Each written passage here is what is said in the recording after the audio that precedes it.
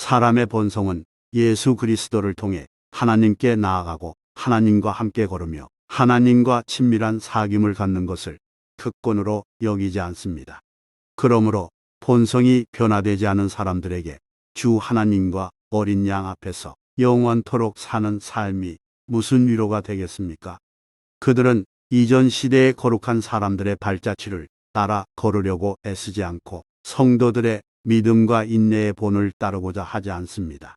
그들이 마귀와 세상을 기쁘게 하는 삶을 마치고 그리스도의 나라에 들어가 아브라함과 다윗과 사도들 그리고 선한 싸움을 싸운 그 모든 복된 무리를 만나게 된다면 그것이 그들에게 얼마나 반가운 일이 되겠습니까?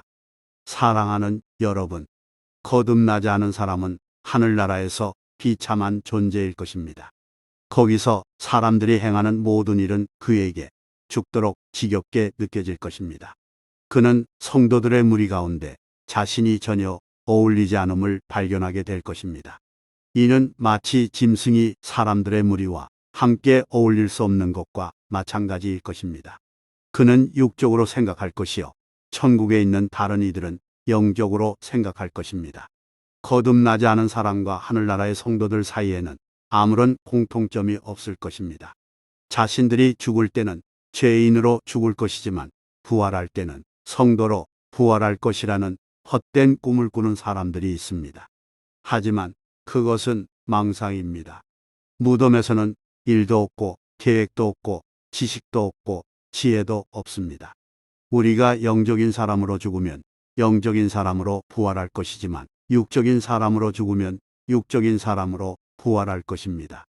우리가 하늘나라에 들어가고자 한다면 이 땅에서 우리의 마음의 본성이 변화해야 합니다. 요약하자면 자명한 진리는 다음과 같습니다.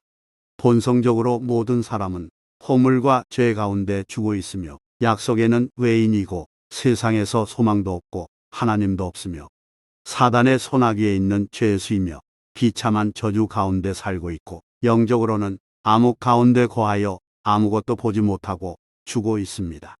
그리고 가장 암담한 사실은 그들이 자신들이 이런 상태에 있음을 알지도 느끼지도 못한다는 것입니다. 무덤 속의 차가운 시체는 구더기가 그 위를 기어 다니는 것을 느끼지 못합니다. 비참하게도 독약을 마시고 잠든 자는 그가 더 이상 깨어날 수 없다는 사실을 알지 못합니다. 마찬가지로 아직도 거듭나지 않은 불쌍한 자는 자신에게 무언가가 필요하다는 사실을 이해하지 못하는 것입니다. 거듭나지 않은 모든 사람은 비록 살았으나 하나님이 보시기에 죽어 있습니다. 그의 몸과 영혼과 정신은 그 목적, 즉 하나님을 영화롭게 하는 목적에서 완전히 벗어나 있습니다.